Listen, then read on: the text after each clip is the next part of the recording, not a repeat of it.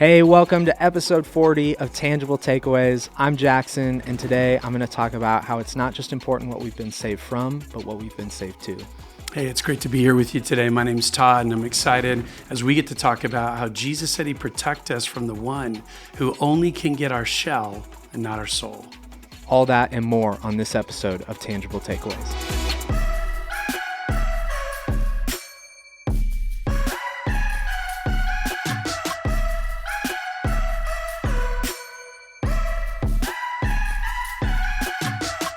Hey, welcome to episode 40 of Tangible Takeaways, and glad that you could be with us after first weekend of preaching as our senior pastor. Pretty cool. It was a great weekend. It's really fun to be back, and just people were so kind, and just the way they received us, great conversations. It feels like home. Yeah, it's cool. And it's got to be, like you said, it's the season. There's a lot of change going on. But as you've been kind of gearing up for it, you said you've been in the message, you've been kind of plugging into the series as it's been going along, even in between from when you kicked it off initially to now. What have been just maybe like looking more broadly at the series before we get into this weekend? What would you say has kind of stood out just from this series or this set of passages, conversation that Jesus is having with these guys? Totally.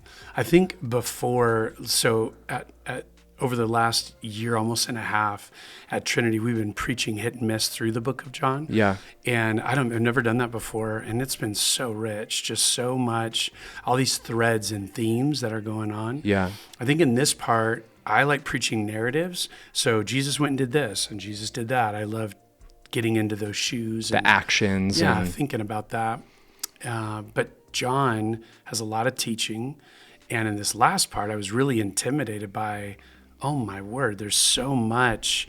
It's thick. Last words. I love this title, What Matters Most, in the series. So I think the things that for me have bubbled up to the top the most, John 15, abiding, remaining, you can do nothing apart from me. So I just think the Lord in the pandemic has taught me so much about reliance upon him and dependence. That has really struck a chord with me in this part. I think the unity stuff, we'll be looking at that a little bit more this week, but there's threads within that because why I'm in the Father's in me. We live in this oneness together. Yeah. We have that for you.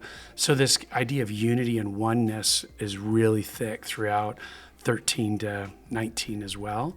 And so, I think those are two of the big ones that have surfaced. Yeah. But it's just been, the Gospel of John is so great because it's so unique from the other three. The other three are obviously amazing as well. Yeah. But it just has its own unique flavor. Yeah. And it's been really fun to taste and see. Yeah, it really does. It has its own approach that it's kind of going after. And John, I think, even has a unique relationship with Jesus. If you look at the other writers, you've got, Mark is almost a second-hand account as he's taking down what Peter's saying. And then you've got Luke, who's going back as the historian. And Matthew's the only one who's like, he was actually there for it.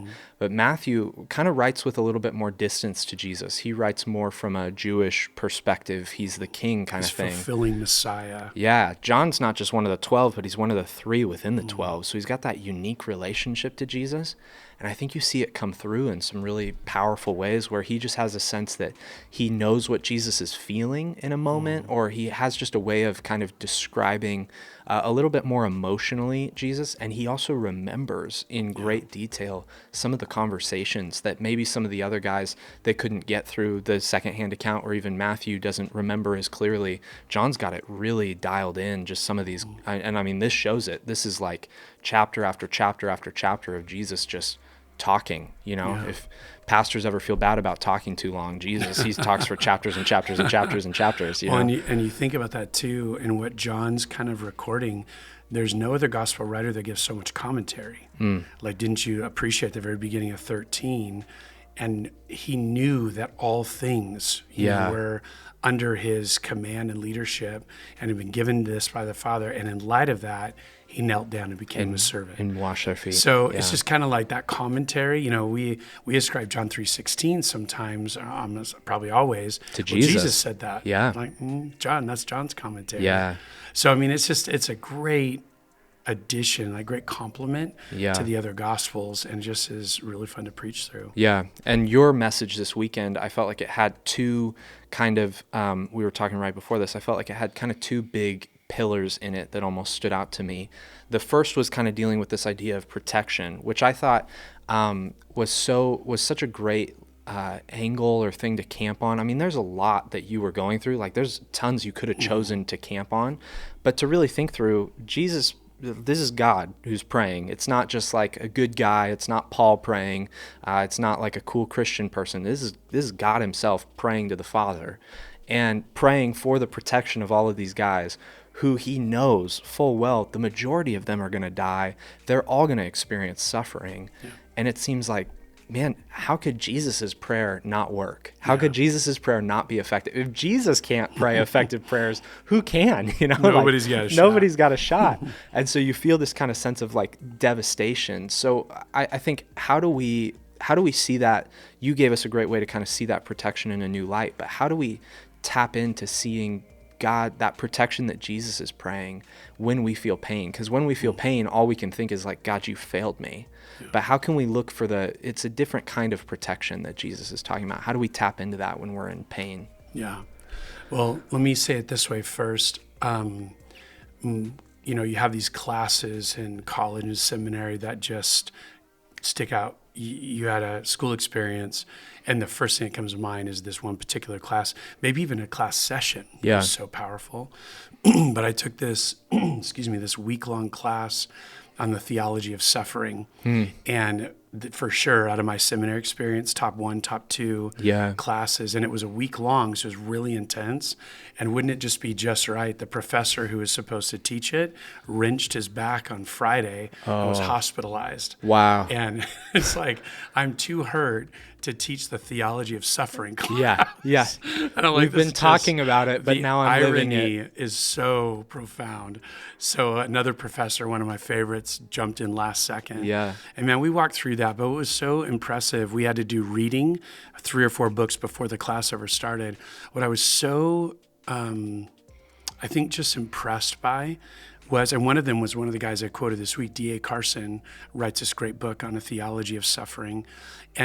And every author I read, these 4 books, every one of them had the authenticity and honesty to admit, I'm writing a book on this subject.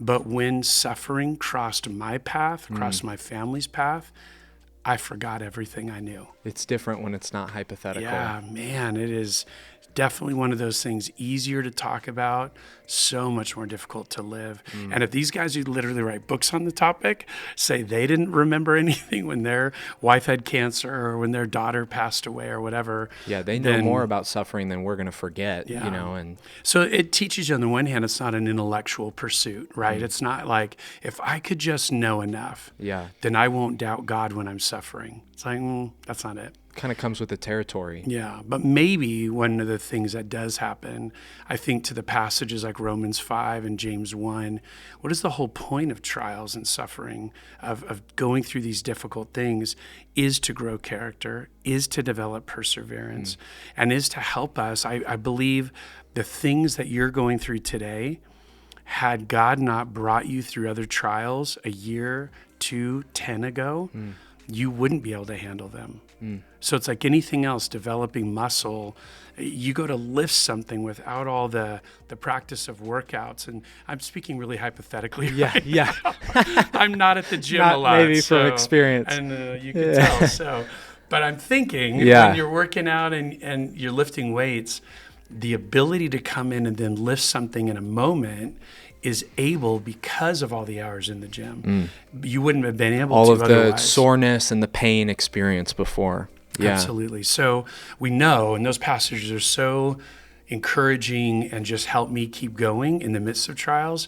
Romans 5, James 1, that I think that's, and I'll tell you this, in a recent season, the last 2 years, there'll be opportunities with the HCC family to share more, but honestly, the hardest 2 years of my life.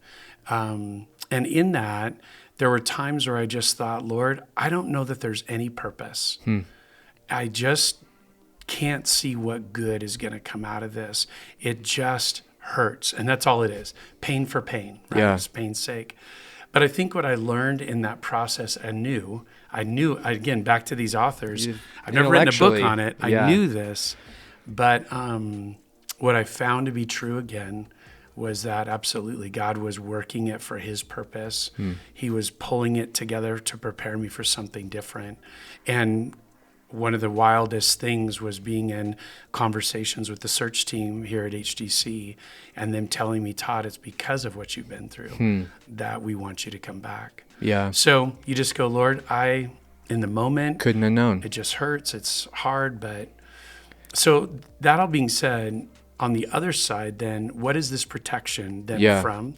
I really think that's what's so powerful about Jesus's prayers, because he does go on to say, in a weird way, but Father, you haven't protected them all because the one who is doomed to destruction, he's lost. Yeah. He's not here. He's not, and I'm not praying for him. Yeah. Praying for them. And so I think he's just giving us in the context. And then later on, I'm praying that you protect them from the evil one. So what Jesus is most concerned about is not our shell. He's concerned about our soul. Yeah. And I think that's our hardest thing as human beings. We can't think there's anything worse than physical death. Man, Jesus knows so much better. Don't fear him who can take your body. Yeah. Fear the one who can take your soul or judge your soul. Yeah. So that's where we have to get our gaze correct, is to just realize, God, what's most important to you is not my life on earth. Yeah. It's my soul throughout eternity. And that's what Jesus prays protection over. And what I love about that is it helps in some ways. I think sometimes when we go through suffering, we almost add to the suffering with like a spiritual suffering, because we do go back to those questions that you talked about this weekend. What did I do to deserve this? How did I not pray hard enough? Does God not love me? Does he not care for me the way he cares for other people? All of those questions come in. But if we come back to, okay, wait, the promise of protection isn't that I wouldn't experience pain. It isn't that I wouldn't experience any suffering in my life, but actually that suffering has great purpose in my life. So you can bank on it. You're gonna experience suffering and pain in your life. It's not that you wouldn't. That's not the protection that God provides, but it's also that you can dwell secure even in the midst of the craziest things going on, knowing that your eternity is secure in him. And I think in some ways, you can, enough pain can drive you away, because you just kind of keep answering those questions with, God doesn't really love me. God doesn't really care for me. He doesn't protect me. And those things can kind of chip away at that relationship. And so in some ways, Jesus's prayer, and not separate from these guys, but audible for them, I think is intentionally knowing that they're going to face what they're going to face. Yeah, because he wants them to know, like, I'm going to protect you. It's just not maybe going to look like the protection we'd have our fingers crossed for, Can I button up that illustration, by the way, with the lady I was sharing about and her son, who, we did their memorial service last Saturday. What was so profound to me, I visited their home a few times, just meeting with them, praying with them, crying with them, and before we ever planned a service. But one of the days I walked up, and they weren't right there to get the door. I pushed the doorbell, and there's this wreath, and the only word on the wreath is grateful.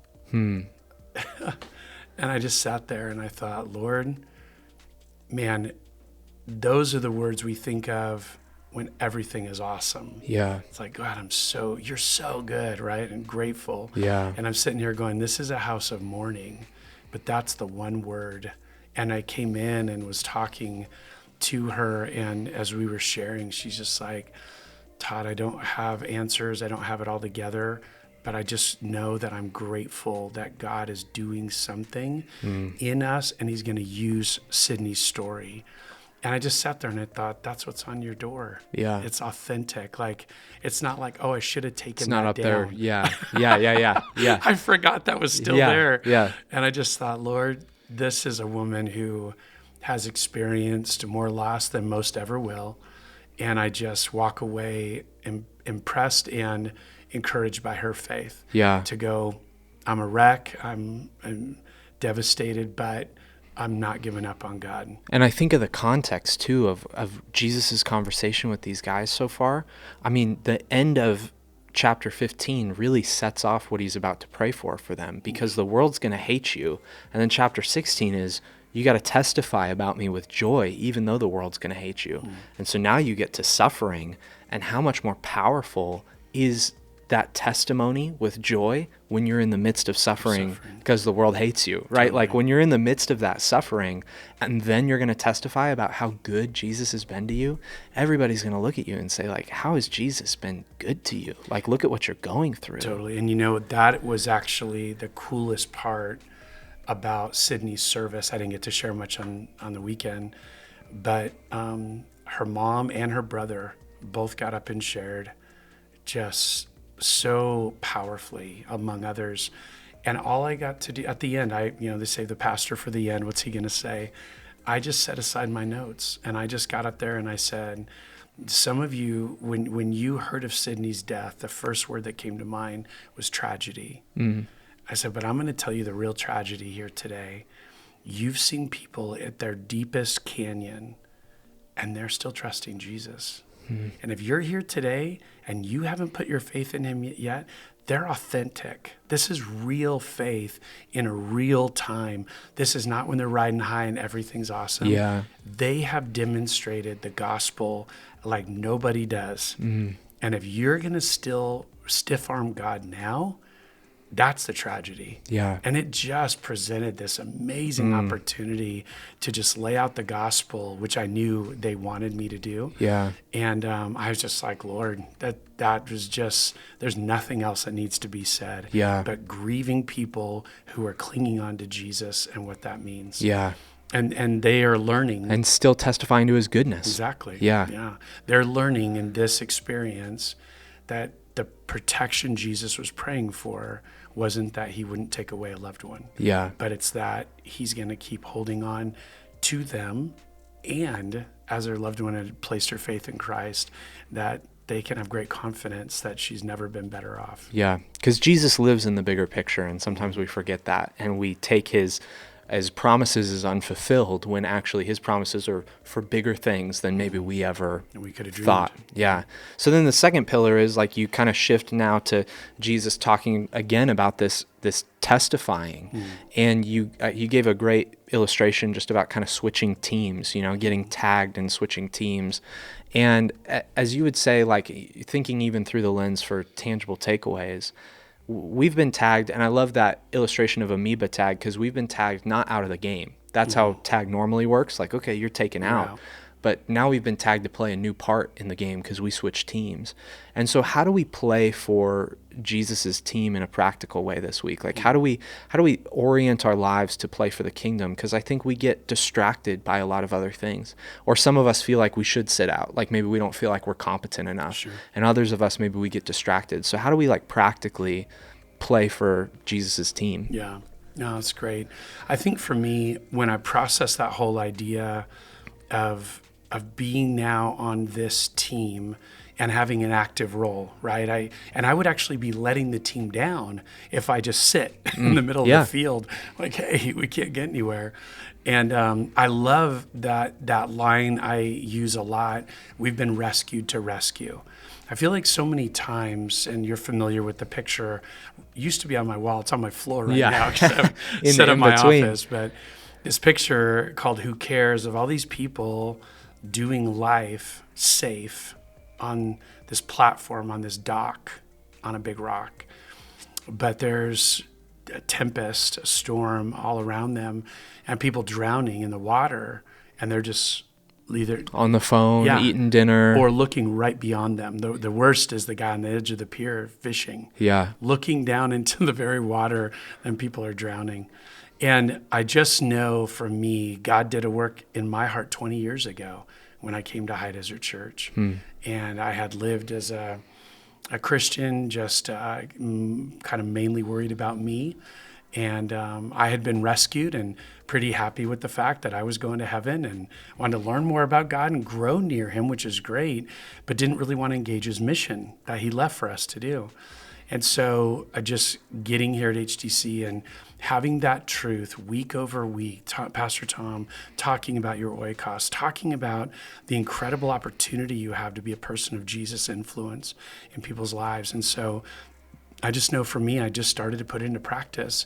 And there are some here at HTC who've been hearing that message for so long, but I think what can happen, it can become white noise a little bit, or it can be, I'm glad people at my church are doing that. Yeah. I'm at a church At least where, somebody's doing it. Yeah, people are coming to know the Lord, Yeah. not through me, and not We're a missional church. I'm just not a missional person.